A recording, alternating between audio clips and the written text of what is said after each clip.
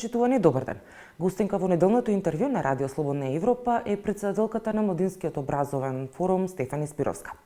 Според вашето последно истражување, средношколците се незадоволни од спроведувањето на далечинското учење од почетокот на пандемијата па досега и тврдат дека има негативно влијание врз квалитетот на образованието. Какви се вашите очекувања за престојната учебна година? Дефинитивно се незадоволни учениците од начинот на кој што се спроведа онлайн или далечинското учење. Меѓутоа, од разговорите со нив, ние вината лоциравме кај неподготвеноста на професорите. Значи, идејата сама по себе беше во ред за условията во кои што се имплементираше, меѓутоа, фактот што не инвестираме во професорите години наназад, што не се обновуваат нивните вештини, нивната дигитална писменост и слично, сега излезе повеќе од било кога на површина и резултираше во незадоволство кај учениците. Очекувањата за она што следи дефинитивно се дека ние барем очекуваме дека ќе има некакво подобрување поради тоа што ева изминаа 4 месеци во кои што можеа целосно да се подготвуваат професорите и институциите, вклучително со распустот, ако земеме и дополнителните 3 месеци во кои што траеше пандемијата, тоа се повеќе од пола година време и период во кој што можеше да се најде решение. Па претпоставам дека поместување некакво ќе има и се надевам дека и надлежните работеле на оние проблеми кои што ги лоциравме и ние како организација. На платформата Eduino засега има видеоматеријали за потребите на основните училишта, но не и за потребите на средните училишта. Дали според вас институциите затаја, односно задоцнија со планирањето и спроведувањето на онлайн образованието? Кај нас, генерално, во нашиот образовен систем, низ годините постои проблем на нееднаков квалитет на образование, ако се споредат различни средини една со друга. Тоа постои помеѓу различни градови, особено помеѓу урбана и рурална средина, во нормални услови. А сега, со неподготвеноста за онлайн платформата и неподготвеноста за целата ситуација која што нас најде, излезе на површина повторно неподготвеноста да се обезбеди еднаков пристап за сите ученици. На почетокот, значи во март, април, во тој период кога започна кризата, уште помалку ресурси беа достапни и тоа го знаеме од нашата работа со ученици со средношколци, дека едва и кои материјали можеа да ги најдат и едва и кои материјали беа подготвени за следење на настава. Дефинитивно се задоцни, затоа што ова не е нешто со кое што не знаевме дека ќе се случи, што сите ние знаевме дека наставата ќе продолжи онлайн, сигурно институциите знаеле и пред нас.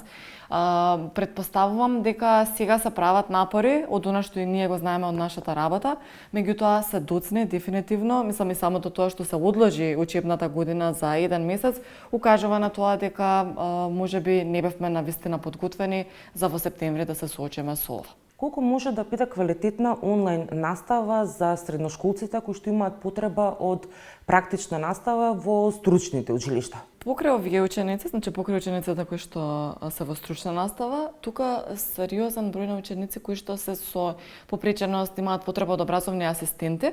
Ова се две категории кои што и ние ги мапиравме како организација дека ќе биде отежнато нивното образование онлайн, односно далечинско образование. Ова се едната група на ученици, се ученици кои што имаат потреба од физичка комуникација, односно од присуство во живо со нивните образовни асистенти, поблисок контакт со професорите, значи веќе има отежнат процесот на образование кога се во училиште, а сега па кога се ставени на учење од далечина, дополнително имаат уште еден предизвик. А учениците кои што се во стручните училишта, од она што ние го знаеме и не би било логично, да учат онлайн, затоа што тоа се пред се техники, вештини кои што е потребно да се влезе или во лабораторија, да се излезе на терен, да се работи со инструменти, да се проба она што се учи во книгите. Доколку би се оставиле да учат од дома, тоа ќе биде само теоретска настава без практичен дел, затоа што практичен дел ретко што може да се пренесе онлайн. Така што дефинитивно овие ученици мора да бидат помеѓу приоритетните групи што ќе се распределат и ќе одат во живана настава, додека за другите категории нели може да се најде решение, меѓутоа дека нема толку простор за прилагодување, би рекла. Во претходниот мандат владата, според една ваша анализа, исполнила само две ветувања во целост, а тоа се укинувањето на екстерното тестирање и новиот закон за високо образование. Од денешна дистанца, што мислите каков е ефектот од укинувањето на екстерното тестирање? МОВ како организација, уште и во почетоците на екстерното тестирање, беше против ова тестирање, од причина што системот кој што се следеше за да се провери знаењето на учениците, ги мотивираше на меморирање на фактите на памет, за окружување, пасивно препознавање на фактите, што на некој начин не придонесуваше многу за квалитетот на образованието и токму поради тоа и се бунавме како организација дека не е соодветен механизам на проверка на знаењето, чија што крајна цел би требало да биде нели подобрување на квалитетот. Па од тука и сме задоволни со одлуката што се укина екстерното тестирање. Меѓутоа факт е дека нас како образовен систем ни недостасува механизам на проверка на квалитетот на образование. Ова не мора да значи дека ќе биде со цел да се казнат професорите или со цел да се намалат оценките на учениците, туку ни треба системски пристап кој што ќе ги мапира недостатоците и ќе овозможи да се креираат политики што ќе влијаат токму на овие недостатоци. Така што, ако треба да го сумирам пократко, во ред што се укина екстерното тестирање какво што беше, но не смееме да запреме во барањето на механизам за проверка на целосниот квалитет на образование на национално ниво. Што треба да биде приоритет во реформите во образованието според вас? Дефинитивно мора да биде осовременување на материјата која што се учи во образованието, да добиеме програми кои што ќе ги поттикнуваат учениците да размислуваат критички, затоа што ние низ годините не видовме такви програми. Ако го споредиме образовниот систем што го имаме сега со образовниот систем што сме го имале пред 30 на години, малта не е ист начинот на кој што се учи. Има горе-доле промена во содржината, во содржинскиот дел, меѓутоа изостанува поттикнување на учениците да истражуваат, да размислуваат критички, да се вклучуваат во општествено корисни активности, да работат на себе, се со цел да постигнат повисоки резултати. Така што осовременување на материјалот кој што се изучува и дефинитивно посилно вложување во професорите. Затоа што во моментов гледаме како товарот целосно се префрла кај нив или во најмала рака ние вината ја бараме кај нив затоа што тие спроведуваат наставата, меѓутоа ни недостасува константно инвестирање и работа со професорите и со образовните кадри. Подобрувањето на животниот стандард беше едно од ветувањата на претходните избори. Во една од вашите анализи покажавте дека студентите во домовите добива 3 оброка дневно во вредност од 1 евро. Што треба да се направи за да се подобри крпениот студентски живот во домовите? Истражувањето кое го правевме токму на оваа тема за крпен студентски живот ги опфати годините 2014 до 2018, што не многу отстапуваше од сликата во која што се наоѓаа повторно станарите и во 2019 па и оваа година 2020. Ова ни кажува само едно, дека мора многу да се посвети внимание на условите кои што станарите ги добиваат од домовите. Значи, домовите мора да пристанат да бидат место каде што се добива само легло, односно соба во која што може да се преспие и каков таков оброк.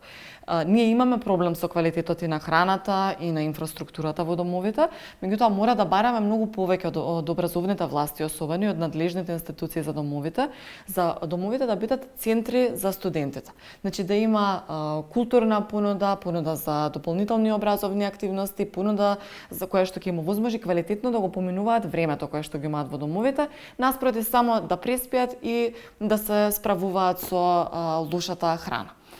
Имаше ветување од претходниот директор дека ќе се промени менито. Знам дека се работеше и на промена на буџетот кој што ќе се посвети на храната, односно на оброците за студентите и дека ќе се внимава повеќе и на нутритивните вредности, меѓутоа станува да видиме кое ќе биде задоволството на станарите и дали се ова ќе биде само на хартија или навистина ќе го видиме во мензите во студентските домови. Како ги оценувате моделите за финансирање на млади за отварање на бизнеси и нивно вработување во новата владина програма? Младинската невработеност се привлекува како проблем низ годините, значи ова не е ниту прва, ниту последна генерација на млади која што се соочува со овој проблем и загрижува тоа што ние немаме системско решение за истото. Досега сме гледале повеќе мерки за младинско вработување, кои што на некој начин им овозможува на фирмите определен бенефит од младите лица кои што ќе ги вработат, односно олеснување во придонесите кои што би требало да ги платат. Сега проблемот кој што се јавуваше претходно беше тоа што овие мерки беа временски ограничени. Да речем има определен период во кој што треба да биде вработено лицето и за кој што на работодавачот му следува надомест, односно олеснување во придонесите. И сега што се појавуваше тука како проблем е тоа што често пати се менува вработените, односно младите лица кои што ќе дојдат на тоа место. Што истече периодот со едно лице, ќе дојде второ лице и повторно фирмата ќе го има надоместокот, односно олеснувањето од страна на државата. И сега друго нешто во кое што може да се погледне до сегашното искуство со овие мерки, беа мерките на агенцијата за вработување, до кои што не беа во доволно голем обем, односно не многу млади лица можеа навремено да се информираат, да пристапат и да ги користат овие мерки. Тие сами по себе беа добри, гарантираа и обуки, гарантираа и помош при отварање на сопствени бизниси, некоја минимална финансиска поддршка во почетокот на бизнисите, меѓутоа поради најверојатно недоволно добро направена анализа на потребите на младите, бројот на млади, колку од младите имаат склоност кон тоа да отворат сопствен бизнис, оваа мерка беше секогаш брзо исцрпувана и не многу млади имаа пристап до неа. Така што останува да видиме како ќе се рефлектираат овие мерки што во моментов се во планот на владата. Меѓутоа, оно од кое што можеме да научиме се мерките кои што веќе сме ги виделе и нивните недостатоци, па се надевам дека некои анализи ќе укажат на нив и ќе може да се прилагаат соодветно мерките кои што сега ќе се имплементираат. Ви благодарам за разговорот. Благодарам. Вам, почитувани, ви благодарам што го следевте неделното интервју на Радио Слободна Европа. До гледање.